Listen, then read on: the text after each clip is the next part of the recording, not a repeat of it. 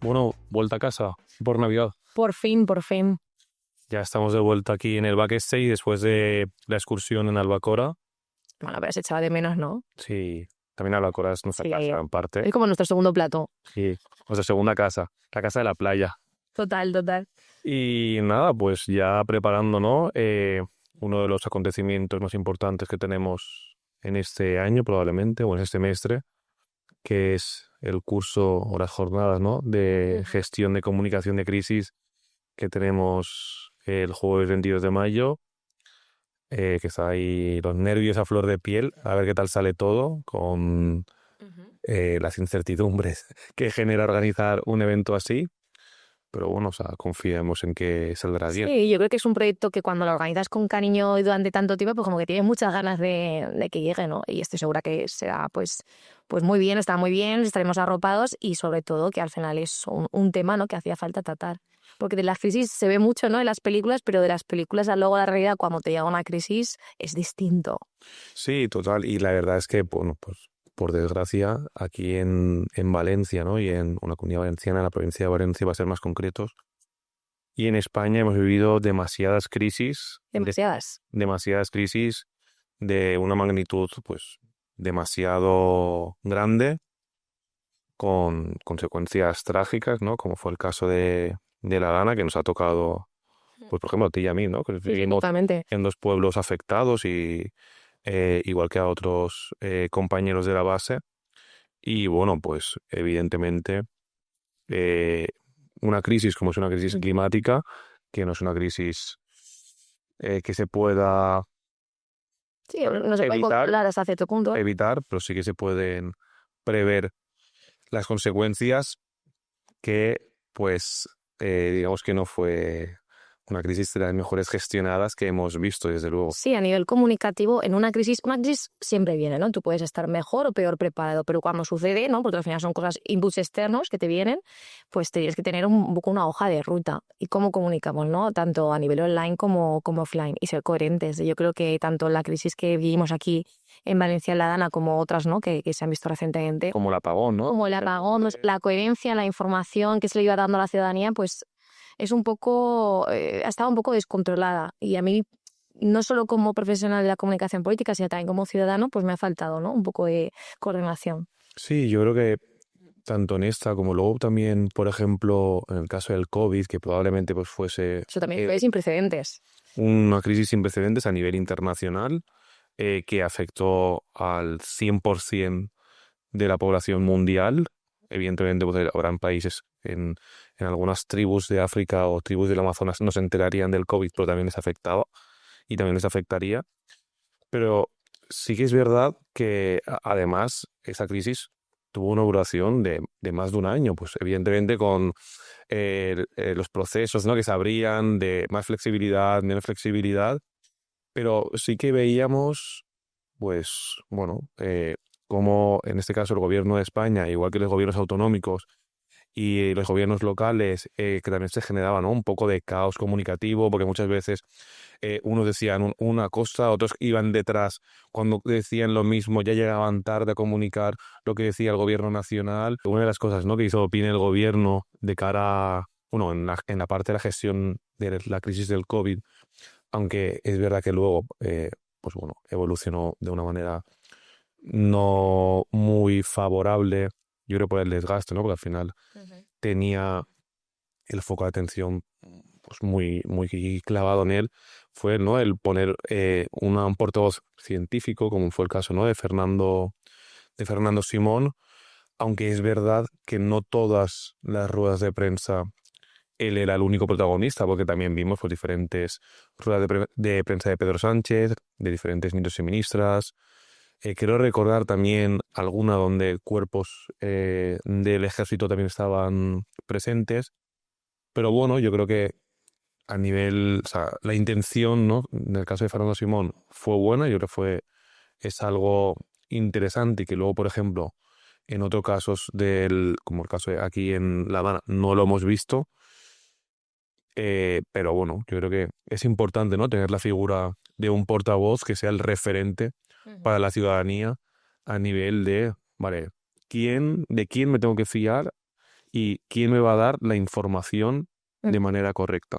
Sí, yo creo que al final la selección de un portavoz en una crisis es una de las cosas más importantes, ¿no? Al final todo comunica y cuando tú pones en la cara, ¿no?, de esas declaraciones a un perfil técnico, pues le das seguridad a la ciudadanía de quién está hablando, pues quién está llevando la rienda. Pilota de esto, ¿no? Porque al final hay que diferenciar entre un perfil institucional y luego entre un perfil técnico, y en una situación de inestabilidad pues da seguridad a la ciudadanía. Pero luego también en muchas crisis, que yo creo que esto es otro error más allá de la selección del portavoz que hemos visto, es la diferencia entre rueda de prensa y comparecencia. Claro. Yo creo que ante una crisis, sobre todo transparencia institucional, pasó en el COVID, pero ha pasado con la DANA, ha pasado con multitud de crisis. Mostrar que se va a hacer una rueda de prensa y luego no aceptar preguntas de la prensa. Eso no es una rueda de prensa. Eso no es una rueda de prensa. Es una comparecencia, llamando por su nombre. Y luego da la sensación, aparte de a nivel, bueno, poca transparencia. Es algo que me da mucha rabia. Claro, que como que tienes miedo de fiscalizar ese poder, de que te hagan preguntas, porque tienes algo que ocultar. Entonces, no, creo que en este tipo de cosas es transparencia total, que no se tiene información porque a veces no se tienen, pues estamos trabajando en ello, es una situación excepcional y le daremos una respuesta. Como decía, estamos trabajando en ello.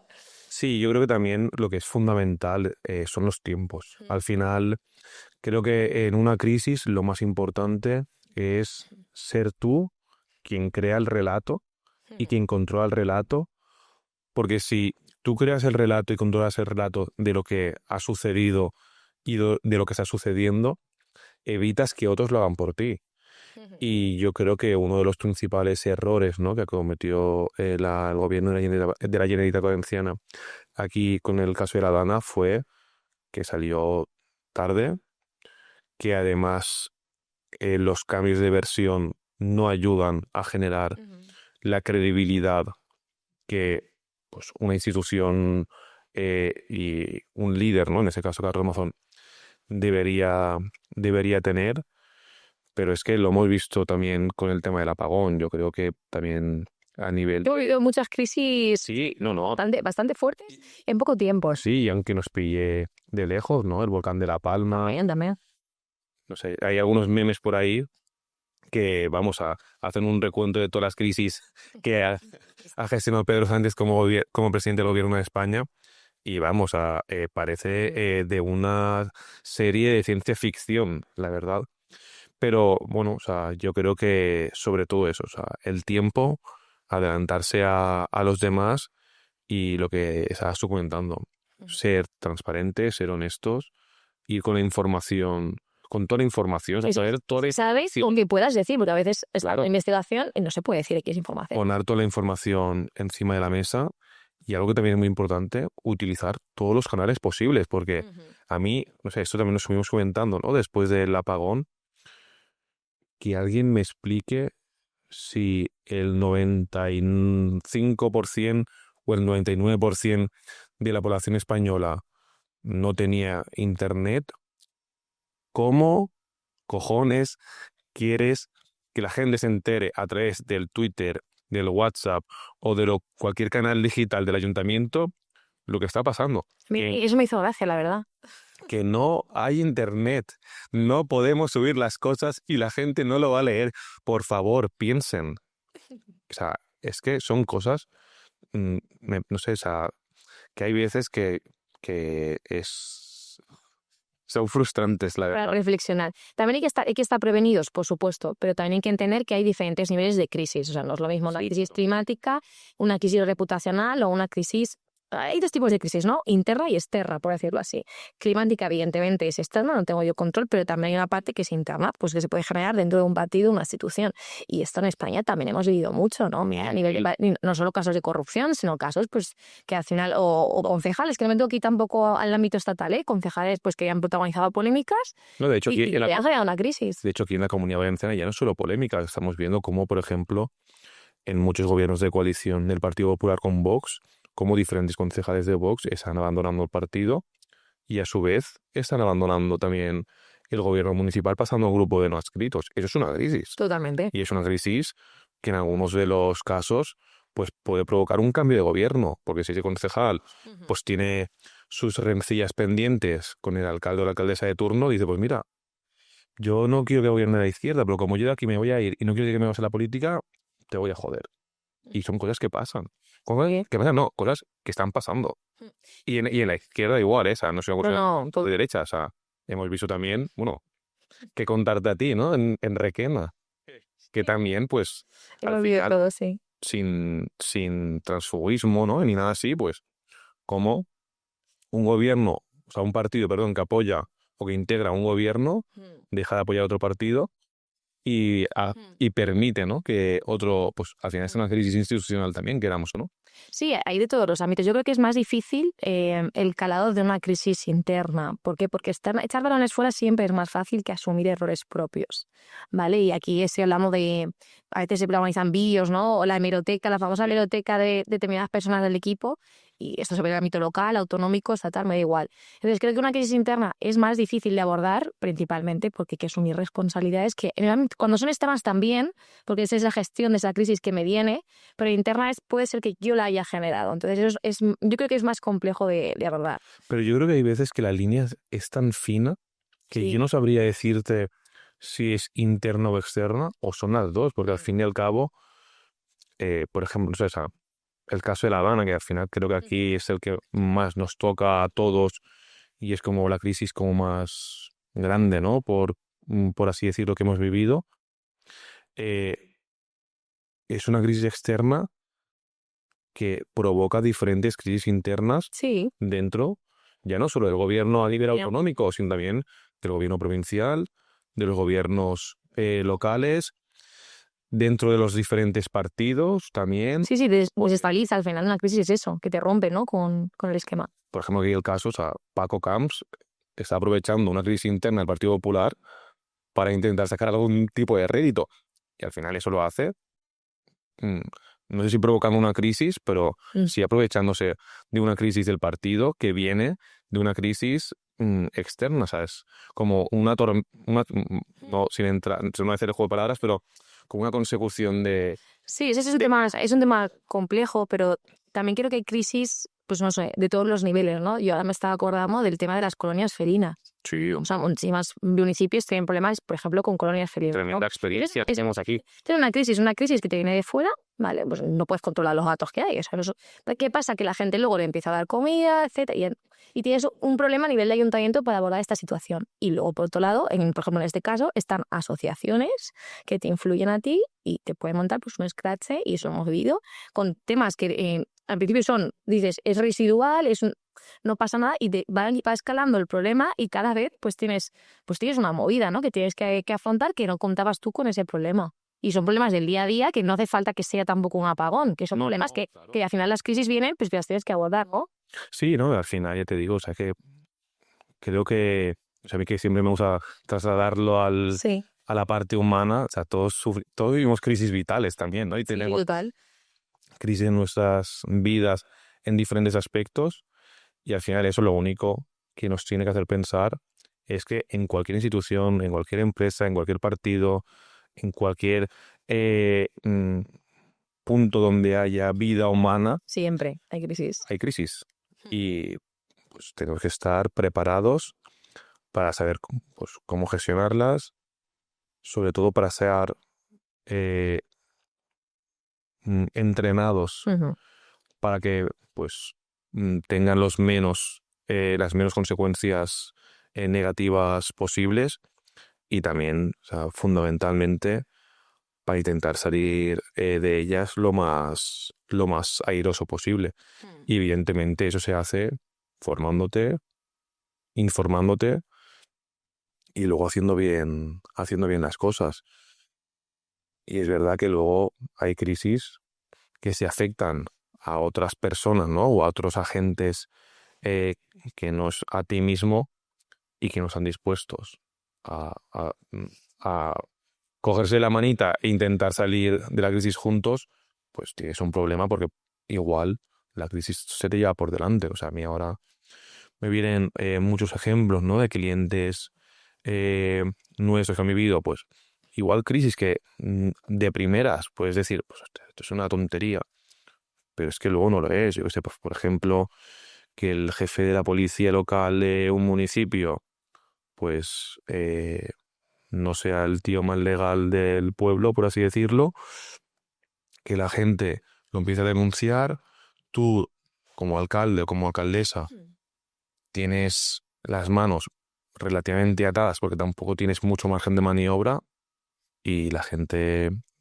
te identifica a ti como parte del problema y en las próximas elecciones te vas por los aires, por algo que no es una crisis tuya. O sea, es decir, es una crisis que has generado tú, Directamente, pero indirectamente te afecta. que tampoco has tenido como muchas oportunidades para poder gestionarla, porque al final dependía más de que esa persona diga, pues mira, acepto que me puedo ir, o sea, no sé. Y pues Sí, es complejo. es complejo. Pero yo creo que al final, dentro de todo esto, la lucha por el relato, ¿no? Por el dominio del relato creo que es clave. Lo hemos visto y lo seguiremos viendo. Otras cosas importantes que tenemos que tener en cuenta más allá del relato, pues luchar contra la desinformación. Totalmente. Tanto con el COVID, como con la DANA, como cualquier crisis de cualquier nivel, prolongado, creo que desde las instituciones ahí me falta mucho que se luche contra esto, ¿vale? O sea, hablábamos de esa transparencia. Luego, de hecho, con el tema de la DANA, a nivel estatal se creó unas redes sociales, una plataforma que era Infodana. Bueno, llegó un poco tarde, pero creo que lo que es el espíritu de la propuesta era interesante, ¿no?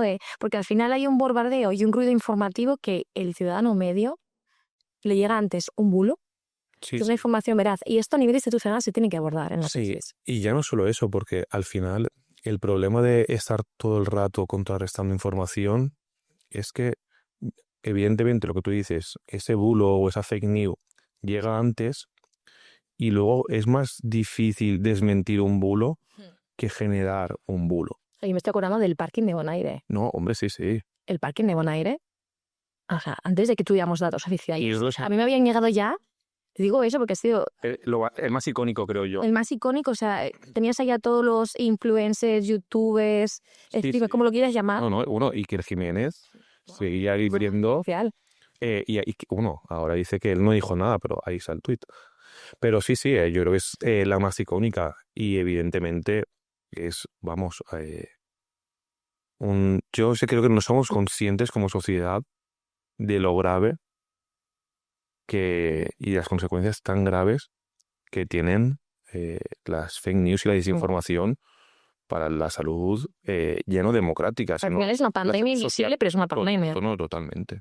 Y a mí me parece, gravísimo, y estoy completamente de acuerdo contigo en que es algo que las instituciones deberían poner mucho más esfuerzos, ya no solo para combatir los bulos y las fake news, sino para hacer una labor pedagógica con la ciudadanía, para que por lo menos sean conscientes y sepan detectarlo. Pero claro, o sea, si luego esas instituciones están gobernadas por partidos políticos o por dirigentes que utilizan la desinformación y las fake news, no todos, pero algunos sí, para sacar un rédito electoral, pues también tenemos un problema. Sí, al final, ¿quién lanza la desinformación? Son los partidos, o sea, al final. Y eso sí que hacer autocrítica también. Y ya o los partidos o diferentes satélites externos de ciertos partidos o de la mayoría de partidos que utilizan, por ejemplo, TikTok, o sea, yo creo que a día de hoy es la red social donde la desinformación campa a sus anchas y donde más fake news y bulos se lanzan con diferencia. Y en la DANA lo vimos. O sea, joder, es que vimos a un reportero de que parece una tontería, pero a un reportero de un programa en prime time un domingo en una televisión nacional tirándose al barro para ensuciarse de barro. Que nos lo podemos tomar al cachondeo, jiji, jaja, pero no es tan grave. O sea, es que a ese tipo lo grabaron y lo pillaron, pero ¿cuántas veces habrán pasado cosas relativamente similares y no tenemos la evidencia para demostrar que lo que están haciendo es una falsedad? Es un problema grave. Complejo. Pero yo cuando preguntan, vale, las crisis pueden venir, ¿no? Pero la pregunta del millón es, ¿qué podemos hacer?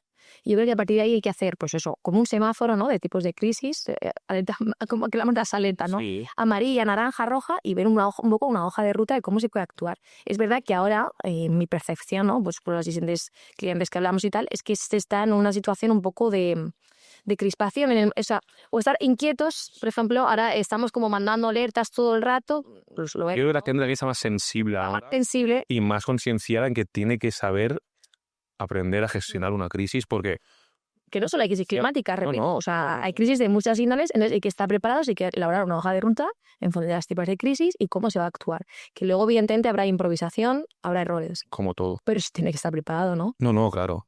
Yo creo que, bueno, un buen consejo es que vengan, ¿no? El jueves 10 de mayo a nuestra jornada de gestión de comunicación de crisis En Determinal Hub. que termina el Hub en Valencia, que creo que hemos hecho al final un Yo creo que panel de ponentes quitando de mi ponencia el resto van a ser muy interesantes y yo pues al final tengo que estar. bueno, contaremos por eso un poco con expertos, ¿no? Y a nivel técnico. Expertos en gestión de crisis, expertos también en gestión de comunicación de crisis en redes sociales, luego también la parte pues, ¿no? de primera línea, ¿no? Pues Fíjate, periodistas, ahí. personas que han estado pues con cargos institucionales importantes en crisis también importantes y al final intentar ofrecer, ¿no? todas las visiones posibles para las personas que van a venir y bueno, pues Ahí también estaremos. intentar pues ofrecer la mayor luz posible, ¿no? para poder solucionar estas situaciones. Creo que si hacía falta una jornada este año, era esta, y yo estoy segura que será un éxito. Seguro que sí. Backstage Político, un podcast de La Base.